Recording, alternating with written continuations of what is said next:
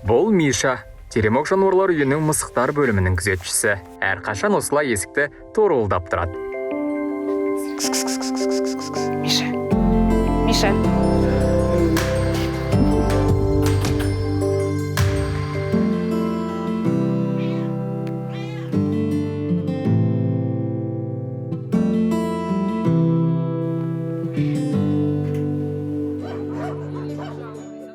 Ал бұл Луна, осы орталықтың 3 аяқты жылдызы.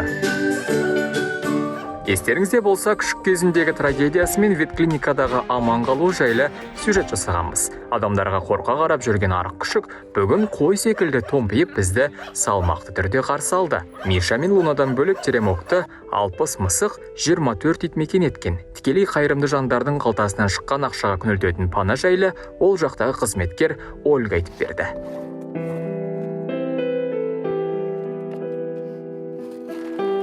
Мы живем за счет кураторства. Біз қазір кураторлар есебінен өмір сүреміз. Бұрын тамақтары арзан еді, қазір қымбаттап кетті. Жаңа жылдан бері тіптен 50% артқандары бар. Кураторлар дегенім, жануарды осында алып келіп сырттай қамқорлық танытатын жандар. Кейде Инстаграмға көмек сұрап, ақша қажеттігін жариялап отырамыз. Сонда жазылмандарымыз қол ұшын созып жатады.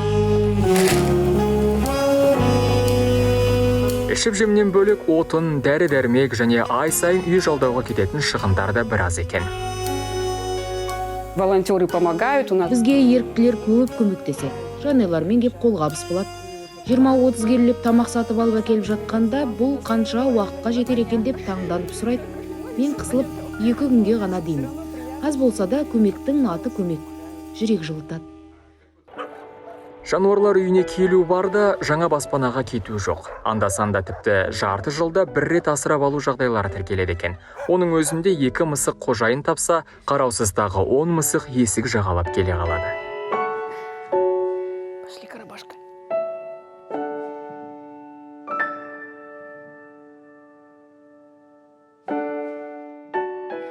Спрятался. Тығылып қалды. Міне екен ғой. Бұл Лексус. Әр мысықтың өз аты бар. Әр бірін жеке-жеке танимыз. Бұл мысықты Лексус мінген тұрғын құтқарып қалған. Сол көліктің құрметіне Лексус атанып кетті. Леша деп еркелетеміз.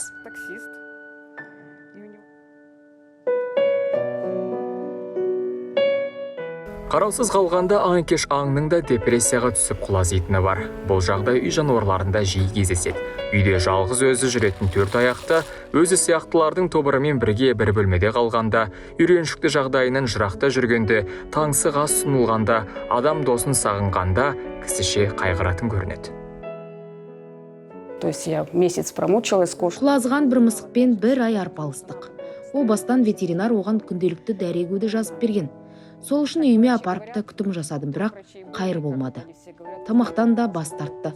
3 бірдей дәрігерде болдық. Бәрі бір ауыздан бұл мысық өмір сүргісі келмейді деді. Ит болсын, мысық болсын, кім болса да бауыр басып қалу деген ұғымнан ешкім кенде емес. Жауапкершілік, мейірім, мүмкіндік болмаса, обалына қалмағанымыз абзал. Асырамасаңыз да, қолдан келгенше қараусыз жан-жануарларға көмектесудің жолы көп. Қаржылай, қара күшпен, ит серуендету, тамақ сүйек саяға келу деген сияқты. Бастысы, алақанымыздан жылу кетпесін.